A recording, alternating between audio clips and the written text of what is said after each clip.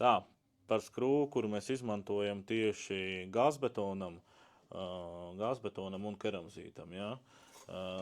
Mēs viņu izmantojam kad ir vajadzīgs caur kronšteinu pieskrūvēt, jā. Teiksim, pastīsimies starpību, šī salīdzinoši ļoti dārga skrūva un specifiska.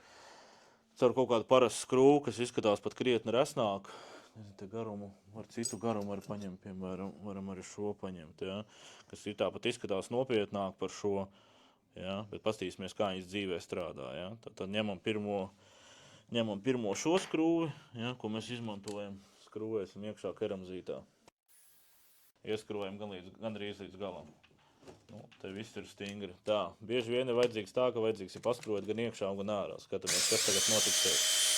Skrūvēsim vēl vienreiz iekšā.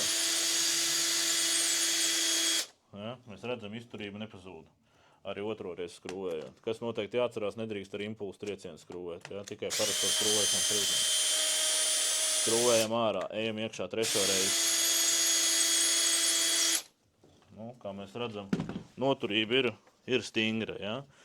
Tālāk skatāmies nākamo skrūvu, kas varbūt liktos pat vēl nopietnāk, ja, bet vai tā būs dzīvē. Tā, mums vajag citu galviņu uzlikt, kas te mums ir. Tā, skatāmies, kas te notiek. Ejam iekšā jaunā caurumā.